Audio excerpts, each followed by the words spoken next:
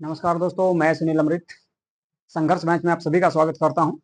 UGC net gold के नाम से हमारा यूट्यूब चैनल है। यदि आप लोगों ने सब्सक्राइब नहीं किया है तो प्लीज़ हमारे यूट्यूब चैनल को सब्सक्राइब अवश्य कर लें और संसार अकेडमी के नाम से हमारे टेलीग्राम चैनल को भी सब्सक्राइब ज्वाइन जरूर कर ले भाई, क्योंकि वहां पर आप लोगों को जो है ये पीडीएफ आपको प्राप्त हो जाएगी। तो आज की क्लास की अगर हम बात करें तो ये 14वीं क्लास है। इससे पहले 13 क्लास आपकी कंप्लीट हो चुकी है, ठीक है। और ये यूनिट 1 चल रही है। यूनिट 1 में आपका जो सिलेबस दिया गया था उसी के अनुसार आप लोगों को पढ़ा रहा हूँ। विदेशी साहित्य के बारे में बात करेंगे। विदेशी साहित्य के बारे में थ्योरेटिकल हम इससे पहले पढ़ चुके थे। अभी हमको जो पढ़ना है वो इसके एमसीक्यू देखने। तो इसके 25 जो क्वेश्चन है एमसीक्यू, उनके बारे में बात करेंगे भाई, ठीक है। तो सबसे पहला जो क्वेश्चन है आप लोगों के सामने वो आ चुका है। देखिए भाई कौन सा है, ठीक है। मेगास्थनीज किस भारतीय सम्राट के दरबार में राजदूत के रूप में भारत में आए थे, ठीक है। कौन भाई? मेगास्थनीज थी। तो मेगास्थनीज की अगर हम बात करें, मेगास्थनीज जो है ये यूनान के रहने वाले थे और यूनान का एक शासक हुआ करता था जिसका नाम था क्या? Seleucus Nicator. तो सेल्यूकस निकेटर के द्वारा इनको भारत में भेजा गया था। किसके द्वारा भाई? Seleucus Nicator. सेल्यूकस निकेटर की अगर बात करें, सेल्यूकस निकेटर की पुत्री से ही चंद्रगुप्त मौर्य के द्वारा शादी की गई थी, जिसका नाम था, इनकी पुत्री का नाम था हेलेना। हेलेना हेलेना इनकी पुत्री का नाम था।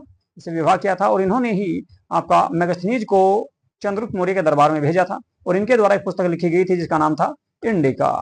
इंडिका नामक पुस्तक इनके द्वारा लिखी गई थी। तो कुल मिलाकर चंद्रगुप्त मौर्य इसमें ऑप्शन आपका सही हो जाएगा जी, ठीक है। अगले क्वेश्चन की अगर हम बात करें, अगला क्वेश्चन है मेगास्थनीज के द्वारा रचित ग्रंथ का नाम क्या है? पीछे मैंने आपको अभी बताया, ठीक है, कि मेगास्थनीज के द्वारा चंद्रगुप्त मौर्य के दरबार में जो पुस्तक लिखी गई उसका नाम इंडिका था, ठीक है। क्या नाम था? इंडिका। सियूकी की बात करें तो ये आपकी किसकी पुस्तक थी? हुएनसांग, ठीक है। ये हुएनसांग की पुस्तक है। हुएनसांग जो चीनी यात्री था उसकी पुस्तक है। फोकिकी की बात करें तो ये फाहियान की पुस्तक है। फाहियान के द्वारा लिखी गई, जो चंद्रगुप्त विक्रमादित्य के दरबार में आए थे। रेहला की अगर बात करें तो इबन बतूता, ठीक है। इबन बतूता की ये पुस्तक है। इबन बतूता की ये पुस्तक है भाई, ठीक है। इबन बतूता की पुस्तक है। इसके बारे में मोहम्मद बिन तुगलक के काल के बारे में जानकारी मिलती है, तुगलक वंश से संबंधित है। तो बी आ जा इसका ऑप्शन है। अगला क्वेश्चन की बात करें, इंडिका का मूल ग्रंथ आज उपलब्ध नहीं है, इसकी जानकारी कहां से मिलती है? इसकी जानकारी हमको कहां से मिलती है? इसकी जानकारी मिलती है जो आपका ग्रीक यानी कि यूनान के जो और इतिहासकार थे उनके जो एग्जाम्पल हैं, उदाहरण हैं, उनसे हमको प्राप्त होती है, ठीक है।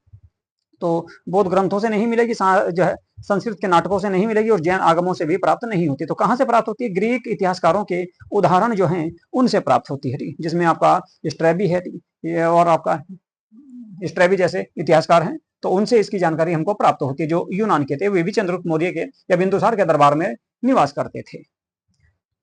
अगला क्वेश्चन देखेंगे, फाहियान किस काल में भारत आया? फाहियान की अगर हम बात करें, मैंने आपको बताया कि चंद्रगुप्त विक्रमादित्य के दरबार में आया था। किसके? चंद्रगुप्त विक्रमादित्य के दरबार में आया। कब आया? तो ये आया था भाई आपका 399 ईस्वी में। 399 बीसी के आसपास जो है चंद्रगुप्त मौर्य, नहीं जो है, हाँ, चंद्रगुप्त विक्रमादित्य, ठीक है। बीसी नहीं आएगा तो एडी आ जाएगा, ठीक है। एडी में आए थे, ठीक है। तो 399 एडी के आसपास आए थे। तो कुल मिलाकर गुप्त काल इसका सही आंसर हो जाएगा। अगले क्वेश्चन की बात करते हैं। अगला जो क्वेश्चन है, फाहियान की यात्रा का मुख्य उद्देश्य क्या था? देखिए, फाहियान जो भारत में आया था वो बौद्ध धर्म का अध्ययन करने के लिए भारत में आया। बौद्ध धर्म का अध्ययन करने के लिए आया था और बौद्ध ग्रंथों की उसने जो है शिक्षा प्राप्त की। इसके बाद बौद्ध जो तीर्थ स्थल थे उनके बारे में भी उसने लिखा है, यानी कि कुल मिलाकर उनकी यात्रा भी उसने की थी। तो इसमें कहा जा सकता है आपका व्यापार करने के लिए तो आया नहीं था, युद्ध करना तो नहीं आया थी, और ना ही कृषि सीखने के लिए आया था। वो आया था बौद्ध ग्रंथों का या बौद्ध धर्म का अध्ययन करने के लिए भारत में आया था। चलिए जी, चंद्रगुप्त सेकंड के दरबार में उपस्थित हुआ था वो। फाहियान की अगर बात करें, विदेशी साहित्यिक स्रोत की बात करते हैं, हुएनसांग किस भारतीय सम्राट के काल में भारत आया? बताओ भाई।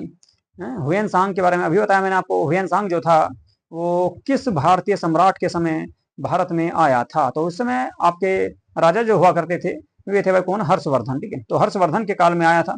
हर्षवर्धन की अगर हम बात करें तो हर्षवर्धन जो है ये आपका वर्धन वंश का सबसे प्रमुख राजा माना जाता है। इसी को पुष्यभूति वंश के नाम से भी जाना जाता है। चंद्रगुप्त की अगर बात करें तो गुप्त वंश का एक प्रमुख शासक था और इसे भारत का नेपोलियन कहा जाता है। अशोक की बात करें तो अशोक महान इनके मौर्य वंश का सबसे प्रमुख राजा इसको माना जाता है। चंद्रगुप्त मौर्य की बात करें तो ये भी मौर्य वंश का संस्थापक था। तो सी आंसर इसका सही हो जाएगा। अगला क्वेश्चन देखते हैं। अगला क्वेश्चन है ह्वेनसांग द्वारा रचित ग्रंथ का नाम बताना। भाई ह्वेनसांग के द्वारा जो पुस्तक लिखी गई थी उसे क्या कहा गया? देखिए इंडिका जो पुस्तक थी, ए में दिया गया इंडिका, इंडिका जो पुस्तक थी ये किसकी थी भाई? अभी बताया आप लोगों को कि ये जो पुस्तक थी मेगास्थनीज की पुस्तक थी। किसकी? मेगास्थनीज की। मेगास्थनीज, ये मेगास्थनीज की पुस्तक है भाई, ठीक है। इसके अलावा सीयूकी की बात करें तो ये ह्वेनसांग की पुस्तक है। ह्वेनसांग, ह्वेनसांग जो चीनी यात्री था और ये हर्षवर्धन के काल में भारत में आया। किताबुल हिंद की बात करें तो ये आपकी अल बरूनी, ठीक है। अल बरूनी जो थे, अल बरूनी, तो ये अल बरूनी की पुस्तक है, अल बरूनी की पुस्तक है। रेहला की बात करें तो इबन बतूता, ठीक है, इबन बतूता की ये पुस्तक है। इबन बतूता की बात करते हैं तो ये इसका है। इबन बतूता की बात करें तो मोहम्मद बिन तुगलक के काल में आया। अल बरूनी की बात करें तो मोहम्मद महमूद गजनवी के साथ भारत में आया था। ह्वेनसांग की बात करें तो ये आपका हर्षवर्धन के काल में भारत में आया। और मेगास्थनीज की बात करें तो चंद्रगुप्त मौर्य के दरबार में आया था। तो सीयू की पुस्तक थी भाई आपकी किसकी? ह्वेनसांग की। अगले क्वेश्चन की बात करेंगे। ह्वेनसांग ने भारत के किस प्रमुख विश्वविद्यालय का वर्णन किया है? देखिए ह्वेनसांग की अगर हम बात करें तो ह्वेनसांग ने अपने जो पुस्तकें हैं उसकी, तो उन पुस्तकों में इसने क्या किया? उन पुस्तकों में ह्वेनसांग के द्वारा जो उल्लेख जो किया गया है वो किस विश्वविद्यालय का किया है? लेकिन ना तो तक्षशिला का किया है, ना ही विक्रमशिला का किया और ना ही काशी का। नालंदा विश्वविद्यालय का इसने सबसे प्रमुख उल्लेख किया है। इसी में इसने पढ़ाई की और इसी में फिर ये बाद में क्या हुआ? प्राचार्य बन गया था।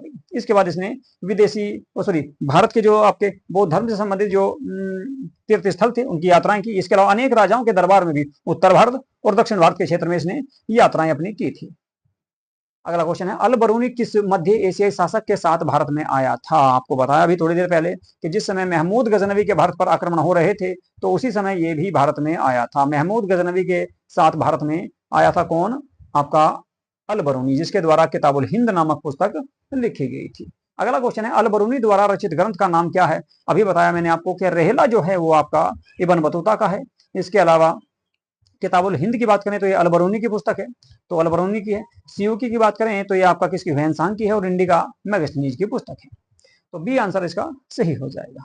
अगले क्वेश्चन की बात करते हैं। किताबुल हिंद का की मूल भाषा क्या है? ये बताओ भाई। अच्छा है, बहुत बढ़िया क्वेश्चन है और ये क्वेश्चन आपका एग्जाम में भी कई बार आ चुका है, ठीक है। कई बार एग्जाम में भी आपको ये क्वेश्चन देखने को मिला है भाई, ठीक है। इसका आंसर आप लोग फटाफट बता दो, ठीक है।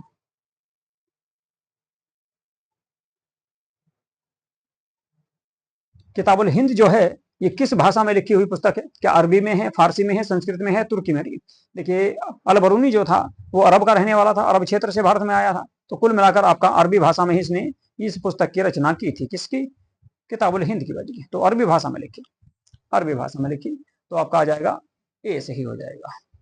अगले क्वेश्चन की बात करें। इबन बतूता किस सुल्तान के काल में भारत में आया? मैंने आपको बताया कि इबन बतूता जो था रेहला नामक पुस्तक इसने लिखी और इसको जो है ये आपका तुगलक वंश के एक शासक थे जिनका नाम था मोहम्मद बिन तुगलक। मोहम्मद बिन तुगलक, मोहम्मद बिन तुगलक के दरबार में आए और इन्होंने इसे अपना राजदूत बनाकर चीन भेजा। उसके बाद फिर जब वापस भारत में आए तो इन्हें दिल्ली का काजी नियुक्त किया गया था। तो मोहम्मद बिन तुगलक आपका इसमें क्वेश्चन आ जाएगा जी। अगला क्वेश्चन है इबन बतूता किस देश का निवासी था? मैंने बताया आपको मोरक्को जो अफ्रीका में पड़ता है, आपका भूमध्य सागर से बिल्कुल लगा हुआ क्षेत्र है, ठीक है। और वहीं पर एक आपकी जल संधि मिलेगी, ठीक है, मोरक्को के ऊपर ही, ठीक है। क्या नाम है उसका भाई? जिब्राल्टर, जिब्राल्टर जल संधि, ठीक है। तो जिब्राल्टर जल संधि है वहां पर, ठीक है। जिब्राल्टर जल संधि से लगा हुआ है आपका मोरक्को। और इसके ऊपर अगर बात करें अरब सागर, अरब सागर के ऊपर थोड़ा बात करोगे तो स्पेन वहां आपको देखने को मिल जाएगा। तो मोरक्को का निवासी था, अफ्रीका का निवासी था, जो आपका किसके दरबार में आया? मोहम्मद बिन तुगलक के दरबार में आया था। अगला क्वेश्चन है इबन बतूता द्वारा रचित यात्रा वृतांत का नाम क्या है? आपको बताया मैंने अभी रेहला या रेहला के नाम से उसको जाना जाता है। तो रेहला नामक जो पुस्तक है जिसमें तुगलक वंश के बारे में जानकारी मिलती है और तुगलक वंश में भी सबसे ज्यादा किसकी? मोहम्मद बिन तुगलक के बारे में, मोहम्मद बिन तुगलक की उपलब्धियां, उसके जो है असफलताएं, उसके कार्य, उन सब की जानकारी हमको रेहला नामक पुस्तक से प्राप्त होती है जो इबन बतूता के द्वारा लिखी गई है। और कहाँ के यात्री थे? ये यात्री थे मोरक्को के, जो अफ्रीका में पड़ता है भाई। अगला क्वेश्चन निम्न में से किसने भारत में काजी के रूप में कार्य किया? काजी के रूप में दिल्ली का काजी बना था कौन? इबन बतूता थे। तो इबन बतूता को मोहम्मद बिन तुगलक के द्वारा, मोहम्मद बिन तुगलक के द्वारा दिल्ली का काजी नियुक्त किया गया था। तो इसका कौन आ जाएगा भाई, डी ऑप्शन सही होगा। अगला क्वेश्चन है, आंसर आपको बताना, बताओ भाई। विदेशी साहित्यिक स्रोत के बारे में, फाहियान ने भारत की किस प्रमुख सामाजिक विशेषता की सराहना की थी? बताओ भाई, बहुत बढ़िया क्वेश्चन है, बहुत ही बढ़िया क्वेश्चन है, और इसका आंसर आप लोगों को बताना है, ठीक है, बताओ जी, ठीक है, बताओ तो फटाफट, ठीक है। फाहियान, फाहियान जो आपका चंद्रगुप्त सेकंड या चंद्रगुप्त विक्रमादित्य के दरबार में भारत में आया, इसने भारत की किस प्रमुख सामाजिक विशेषता की सराहना की है? भ्रष्टाचार के बारे में बताया है, या फिर कठोर दंड नीति के बारे में बताया, या फिर न्याय प्रणाली के बारे में, या फिर सादा जीवन और धार्मिक सहिष्णुता? देखिए, चंद्रगुप्त सेकंड के समय आपका क्या था कि धार्मिक सहिष्णुता और सादा जीवन सबसे ज्यादा प्रमुख था, तो उसी के बारे में इसने उल्लेख किया है, ठीक है जी। तो इसका जो आंसर आएगा भाई, वो आ जाएगा जी आपका डी ऑप्शन आपका सही होगा, सादा जीवन और धार्मिक सहिष्णुता। अगले क्वेश्चन पे चलते हैं। अगला जो क्वेश्चन है उसके बारे में बात करेंगे। अगला क्वेश्चन है, ह्वेनसांग ने किस विश्वविद्यालय में अध्ययन किया था? आपको भी बताया था मैंने आपको कि नालंदा विश्वविद्यालय जो था बिहार में, नालंदा विश्वविद्यालय बिहार के राजगीर में पड़ता है, ठीक है जी, और कुमारगुप्त के द्वारा इसकी स्थापना करवाई गई थी। तो इसी विश्वविद्यालय में इन्होंने अध्यापन या सबसे पहले अध्ययन किया, उसके बाद फिर अध्यापन कराया, ठीक है, यानी कि कुल मिलाकर यहीं पर टीचर भी बन गए थे ये, ठीक है, नालंदा विश्वविद्यालय में। बाद में एक आपके आक्रमणकारी आए जो आपके मोहम्मद गोरी का गुलाम था, जिसका नाम था बख्तियार खिलजी, बख्तियार खिलजी। तो बख्तियार खिलजी ने क्या करा, बख्तियार खिलजी ने नालंदा विश्वविद्यालय को आग लगा दी थी, नष्ट कर दिया था। ऐसी जानकारी कुछ पुस्तकों में प्राप्त होती है। अगला क्वेश्चन देखते हैं। अगला क्वेश्चन है, मैगस्थनीज के अनुसार मौर्यकालीन समाज कितनी जातियों में विभाजित था? है जी, मैगस्थनीज की जो पुस्तक है इंडिका, उसके अनुसार मौर्यकालीन जो समाज था वो 7 भागों में विभाजित था, 7 भागों में विभाजित था भाई, ठीक है, 7 भागों में विभाजित था, जिसमें कृषक थे, मजदूर थे, ठीक है, इसके अलावा कारीगर थे, और आपके दस्तकार थे, इसके अलावा अगर बात करें सैनिक थे, ठीक है, और प्रशासक थे, न्यायाधीश थे, ठीक है। तो कुल मिलाकर 7 भागों में विभाजित हुआ था मैगस्थनीज की इंडिका नामक पुस्तक के अनुसार। अगला क्वेश्चन देखेंगे, किस विदेशी लेखक ने भारत में पाटलिपुत्र का विस्तार से वर्णन किया है? बताओ भाई, पाटलिपुत्र के बारे में किस इतिहासकार ने या किस विदेशी यात्री ने उल्लेख किया है? फटाफट बता दो, इसका कौन सा आंसर सही होगा, आप लोगों को बताना है, ठीक है, कि वो कौन सा विदेशी यात्री था जिसने पाटलिपुत्र का उल्लेख किया है अपनी पुस्तक में। देखो, पाटलिपुत्र में रहा कौन, ठीक है, पाटलिपुत्र राजधानी किसकी हुआ करती थी? मौर्य वंश के समय, मौर्यकाल के समय, मौर्यकाल के समय जो चंद्रगुप्त मौर्य थे उनकी राजधानी थी क्या? पाटलिपुत्र। और चंद्रगुप्त मौर्य के दरबार में कौन आए थे? मैगस्थनीज, ठीक है। तो सीधी सी बात है कि इन्होंने ही पाटलिपुत्र के बारे में सबसे अधिक जानकारी दी है। जबकि अलबरूनी की बात करें तो इन्होंने दिल्ली के बारे में बताया होगा, ठीक है। ह्वेनसांग की बात करें, ह्वेनसांग जो है हर्षवर्धन के समय रहे, तो कन्नौज और आपका थानेश्वर के बारे में बताया होगा। फाहियान की बात करें तो ये भी आपके क्या थे, ये आपके गुप्त वंश के समय आए थे, और उस समय भी आपकी पाटलिपुत्र के आसपास ही राजधानी हुआ करती थी, या पाटलिपुत्र ही राजधानी हुआ करती थी। लेकिन मैगस्थनीज ने पाटलिपुत्र के बारे में सबसे विस्तार से वर्णन किया है अपनी पुस्तक, कौन सी थी? इंडिका में। अलबरूनी ने भारतीय ज्ञान प्रणाली की तुलना किसके साथ की थी? अलबरूनी जो थे उन्होंने भारतीय ज्ञान की तुलना किसके साथ में की थी? जो भारतीय ज्ञान प्रणाली थी उसकी तुलना किस देश के साथ या किस धर्म के साथ में की? क्या चीनी ज्ञान से की? जी नहीं। ईसाई ज्ञान से नहीं की। इस्लामी जगत प्रणाली से? बिल्कुल। यूनानी दर्शन से नहीं की। इन्होंने की थी इस्लामी ज्ञान प्रणाली से। भारतीय ज्ञान प्रणाली की जो तुलना की इसने, वो इस्लामी ज्ञान प्रणाली से की थी जी, ठीक है। चलो भाई, अगला क्वेश्चन देख लेते हैं। अगला क्वेश्चन आप लोगों के सामने आ चुका है, इब्न बतूता से संबंधित है। मोरक्को के यात्री थे, मोहम्मद बिन तुगलक के समय भारत में आए थे। इब्न बतूता ने भारत के किस क्षेत्र में व्यापारिक समृद्धि का उल्लेख किया है? बताओ फटाफट, इसका आंसर आप लोगों को बताना, ठीक है, फटाफट आंसर बता दो, ठीक है। इब्न बतूता ने भारत के किस क्षेत्र में व्यापारिक समृद्धि का उल्लेख किया है? बताओ किसका उल्लेख किया है?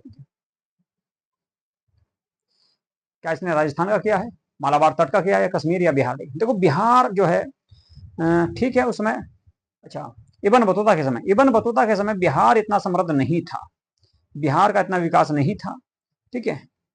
तो बिहार तो आपका आएगा नहीं, ना ही कश्मीर का हुआ और ना ही राजस्थान का, तो आज तक भी नहीं इतना नहीं। तो मालाबार तट जो है आपका केरल जिसे कहा जा सकता है, केरल के साथ साथ अगर बात करें तो इसमें थोड़ा सा कर्नाटक का क्षेत्र भी आ जाता है, ठीक है, कर्नाटक का भी क्षेत्र आ जाएगा। और नीचे अगर बात करें तो तमिलनाडु का कन्याकुमारी, ठीक है, तमिलनाडु का कन्याकुमारी जो क्षेत्र है, इस सारे को मिलाकर कहा जाएगा। जैसे देखो, ये मान लो ये भारत का नक्शा है, तो ये जो क्षेत्र मिलेगा यहाँ से यहाँ तक, ठीक है, इस सारे को कहा जाता है मालाबार तट, ठीक है, इस सारे को मालाबार तट कहा जाता है, ठीक है। और मालाबार तट का जो क्षेत्र था वो पहले भी संपन्न था, आज भी संपन्न था, व्यापारिक दृष्टि से आज भी समृद्ध है और पहले भी समृद्ध हुआ करता था बहुत ज्यादा, ठीक है। तो बी ऑप्शन आपका इसमें सही हो जाएगा। अगला क्वेश्चन करते हैं। अगला क्वेश्चन है आपका, फाहियान ने किस तीर्थ स्थल को भगवान बुद्ध का जन्म स्थान बताया? फाहियान जो चंद्रगुप्त सेकंड के दरबार में भारत में आया था, इसने कौन से स्थान को बताया कि भाई भगवान गौतम बुद्ध का जो जन्म हुआ था वो कहां पर हुआ था? इन्होंने बताया नेपाल में एक स्थान पड़ता है लुम्बिनी, लुम्बिनी को बताया इन्होंने, लुम्बिनी को माना इन्होंने। तो सी ऑप्शन आपका सही हो जाएगा। ह्वेनसांग ने किस भारतीय राजा की उदारता और धर्मनिष्ठा की सराहना की? देखो ह्वेनसांग की अगर हम बात करें तो ह्वेनसांग जो है हर्षवर्धन के समय भारत में आया था। जब ये हर्षवर्धन के समय भारत में आया तो फिर किसकी उदारता के बारे में बात करेगा?